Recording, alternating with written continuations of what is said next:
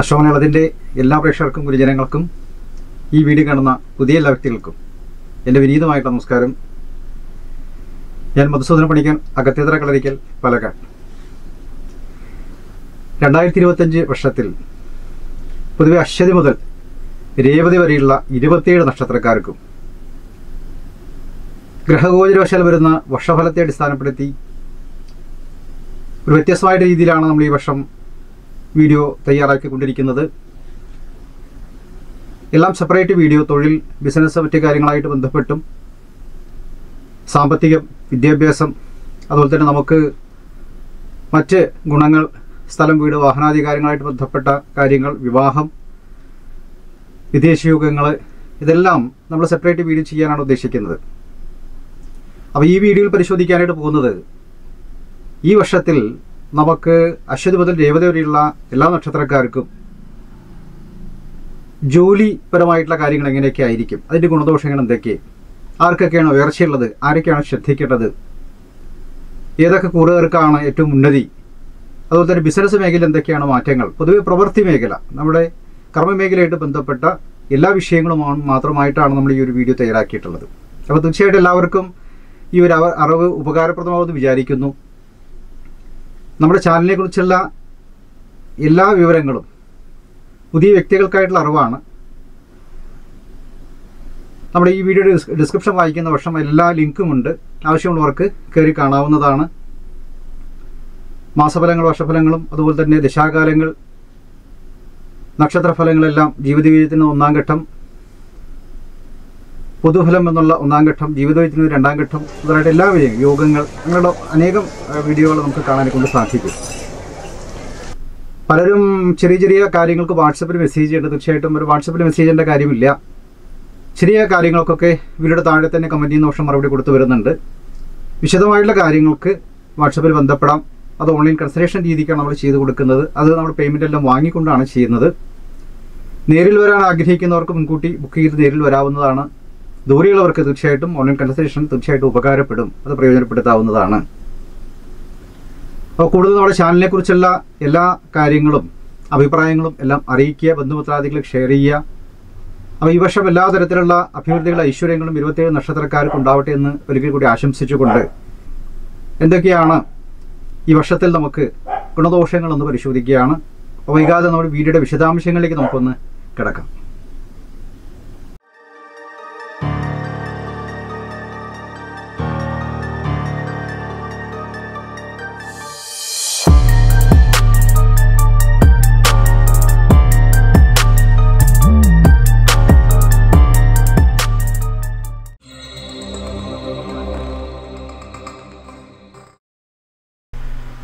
മകീരത്തിൻ്റെ 2-ാം പകുതിയും തിരുവാതിരയും പുണർത്തിൻ്റെ 3/4 ഭാഗവും അടങ്ങുന്ന മിഥുനം രാശിക്കാർക്ക് ഈ 2025 വർഷത്തിൽ ഉണ്ടാകുന്ന ജോലി, ബിസിനസ് പരമായിട്ടുള്ള കാര്യങ്ങൾ എന്തൊക്കെയാണ്, ഏതൊക്കെ തരത്തിലാണ് അഭിവൃദ്ധികൾ നമുക്കുണ്ടാവുക എന്ന് പരിശോധിക്കുകയാണ് ഈ വീഡിയോയിലൂടെ. ഈ വർഷം എല്ലാത്തിനും ഒരു കൺഫ്യൂഷൻ ഉണ്ടാവാനുള്ള സാധ്യതകൾ കൂടുതലാണ്. പല പ്രവൃത്തികളും നമുക്ക് ചെയ്യാൻ സാഹചര്യം ഉണ്ടാവുമെങ്കിലും അതിൽ ഏത് തിരഞ്ഞെടുക്കണം എന്ന് നമുക്ക് ഒരു കൺഫ്യൂഷൻ ഉണ്ടാവാൻ സാധ്യത പ്രത്യേകിച്ച് പറയുന്നു. ഏറ്റവും നല്ല മേഖല തിരഞ്ഞെടുക്കാനായിക്കൊണ്ട് തീർച്ചയായിട്ടും നമുക്കൊരു ദൈവാനുഗ്രഹം നമുക്ക് ഈ വർഷം വേണം എന്നുള്ളതാണ് പ്രത്യേകിച്ച് കാണുന്നത്. അതായത് ശനിയുടെ മാറ്റം, വ്യാഴത്തിൻ്റെ മാറ്റം, രാഹുകേതുക്കളിലേക്കൊരു മാറ്റം, എല്ലാം കൂടെ നമുക്കൊരു അശാന്തിക്ക് സാധ്യതയുള്ള, അല്ലെങ്കിൽ ആകെ കൂടി നമുക്കൊരു ക്ലാരിറ്റി ഇല്ല, കിട്ടാത്ത ഒരു സമയത്തിലേക്കാണ് ഈ വർഷം നമുക്ക് കടന്നു പോകുന്നത്.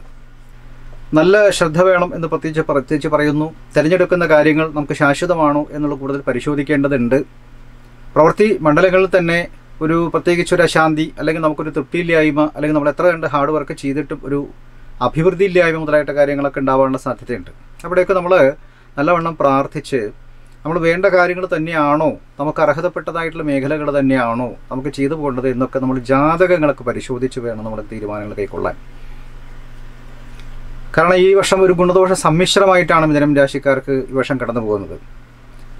പക്ഷെ നഷ്ടങ്ങളോ പരാജയങ്ങളോ അങ്ങനെയല്ല പറയുന്നത്. പക്ഷെ ഒരുപാട് പരീക്ഷണ വിധേയമാവും കർമ്മമേഖലയിൽ. തിരഞ്ഞെടുക്കുന്ന കാര്യങ്ങൾ അത് ശരിയാവണമെന്നില്ല. അതേപോലെ തന്നെ എടുക്കുന്ന തീരുമാനങ്ങൾ പല വിധത്തിലും ഇടയ്ക്കിടയ്ക്ക് നമ്മൾ മാറ്റം വരുത്തേണ്ടതായിട്ട് സാഹചര്യങ്ങൾ വരിക, പല വിട്ടും തിരുത്തലുകളും കർമ്മമേഖലയായിട്ട് ബന്ധപ്പെട്ട് നടത്തേണ്ടതായിട്ട് വരിക. സാഹചര്യങ്ങൾ അനുവദിക്കാതെ വരിക, എല്ലാത്തിനും ഒരു ഡിലേ ഉണ്ടാവുക, അതുപോലെ തന്നെ നമ്മൾ വിശ്വസിക്കുന്നതായിട്ട് വ്യക്തികളുടെ സപ്പോർട്ടുകൾ നമുക്ക് ലഭിക്കാതിരിക്കുക. പ്രത്യേകിച്ച് ഈ പാർട്ട്ണർഷിപ്പ് സംരംഭങ്ങളിലൊക്കെ ഏർപ്പെടുന്നവർ വളരെയധികം ശ്രദ്ധിക്കണം ഈ വർഷമെന്ന് പ്രത്യേകിച്ച് പറയുന്നു. അധികം ധനം വിനിയോഗിച്ചുകൊണ്ടുള്ളതായിട്ടുള്ള പദ്ധതികൾ നടപ്പിലാക്കാതിരിക്കുക, അതങ്ങനെ ഡെഡ് ബഡിയായിട്ട് കിടക്കാനുള്ള സാധ്യതയാണ് പ്രത്യേകിച്ച് പറയുന്നത്. പ്രത്യേകിച്ച് മറ്റ് ഇൻവെസ്റ്റ്മെൻറ്റുകളൊക്കെ, അത് ഈ മ്യൂച്വൽ ഫണ്ട്സ് അതുപോലെ തന്നെ ഷെയർ മാർക്കറ്റ് മുതലായിട്ട് മേഖലകളിലൊക്കെ ശ്രദ്ധിച്ച് വേണം നമുക്ക് നിക്ഷേപിക്കാൻ. അതല്ലാത്ത പക്ഷം ചിലപ്പോൾ നഷ്ടകഷ്ടങ്ങൾക്ക് സാധ്യതയുണ്ട്, അതിൻ്റെ വേരിയേഷൻ നമ്മളെ ബാധിക്കും എന്നുള്ളത് പ്രത്യേകിച്ച് കാണുന്നു. ചെറിയ രീതിയിൽ ഇൻവെസ്റ്റ്മെൻറ്റൊക്കെ നടത്തി പോകുന്നത് കൊണ്ട് തെറ്റില്ല. അതാ സമയത്ത് വരുന്ന കാര്യങ്ങൾക്കനുസരിച്ച് നമുക്ക് വിഡ്രോവലൊക്കെ ചെയ്ത് മുന്നോട്ട് പോകണം. എങ്കിൽ മാത്രമാണ് അതൊരു സ്റ്റെബിലിറ്റി ഉണ്ടാവുക എന്നുള്ളതും പ്രത്യേകിച്ച് സൂചിപ്പിക്കുന്നു. അതുപോലെ തന്നെ പല വ്യക്തികൾ നമ്മളിൽ സ്വാധീനം ചെലുത്തിക്കൊണ്ട് പലതും നമ്മളെ മോഹിപ്പിച്ച് പലതിനും കൊണ്ട് ചാടിക്കാനുള്ള സാധ്യത കൂടുതലാണ്. അത്തരം കാര്യങ്ങളൊക്കെ നമ്മൾ അവെയറായിട്ടിരിക്കണം. അതിലൊന്നും പോയി ചെന്ന് ചാടാതെ, അതിലൊന്നും പെട്ട് മനക്ലേശം വരുത്താതെ, ധനനഷ്ടം വരുത്താതെ പ്രത്യേകം ശ്രദ്ധിക്കണം. ചില വിശ്വാസവഞ്ചനകളൊക്കെ കടന്നു പോകാനുള്ള സാധ്യത ഈ വർഷം മിഥുനം രാശിക്കാർക്ക് ഉണ്ട് എന്നുള്ളത് പ്രത്യേകിച്ച് സൂചിപ്പിക്കുന്നുണ്ട്. അപ്പോൾ ഇവിടേക്കാണ് നേരത്തെ പറഞ്ഞ പോലെ കണ്ണും കാതും നമ്മൾ തുറന്നിരിക്കണം.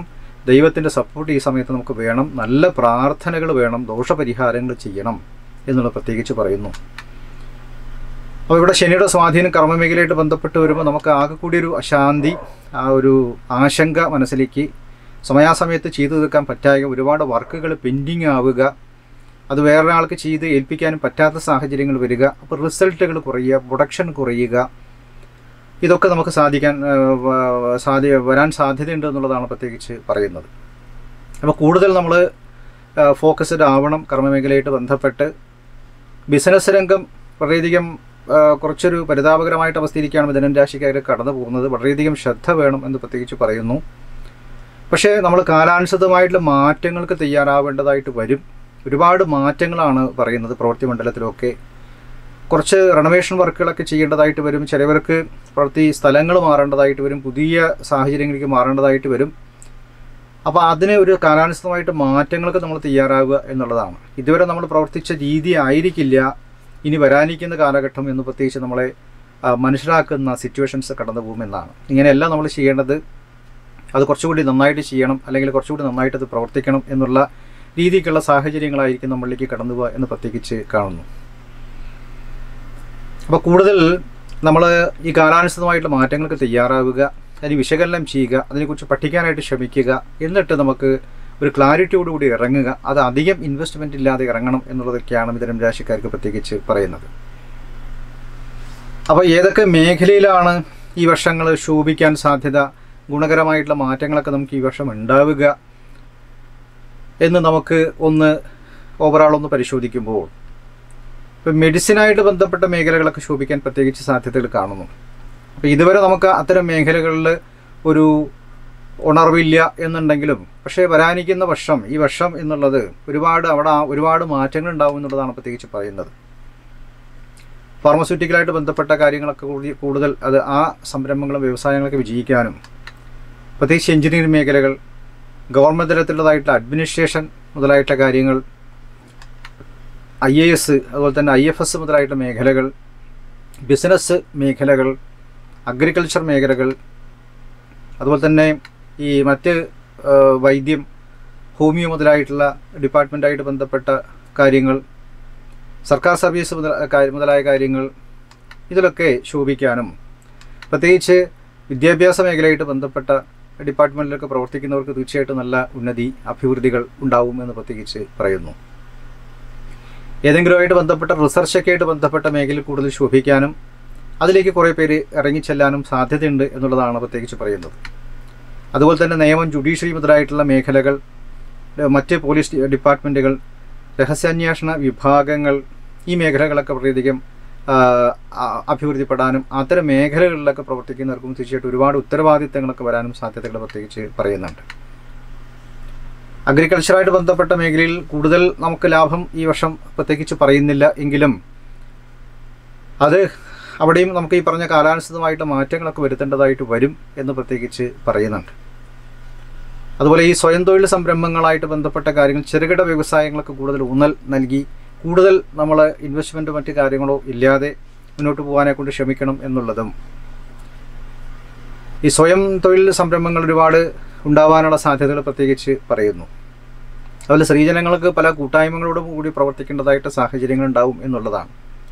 കഴിഞ്ഞ കാലഘട്ടങ്ങളിൽ പരാജയപ്പെട്ടിട്ടുള്ള പല കാര്യങ്ങളും ഈ വർഷം അത് ഒന്ന് റീസ്റ്റാർട്ട് ചെയ്യാനുള്ളതായിട്ടുള്ള സാഹചര്യങ്ങളും അതിന് അംഗീകാരങ്ങളും നമുക്കതിന് വേണ്ടതായിട്ട് സമ്പത്തുകളും ഒക്കെ നമുക്ക് സാധിക്കും എന്ന് പ്രത്യേകിച്ച് പറയുന്നു.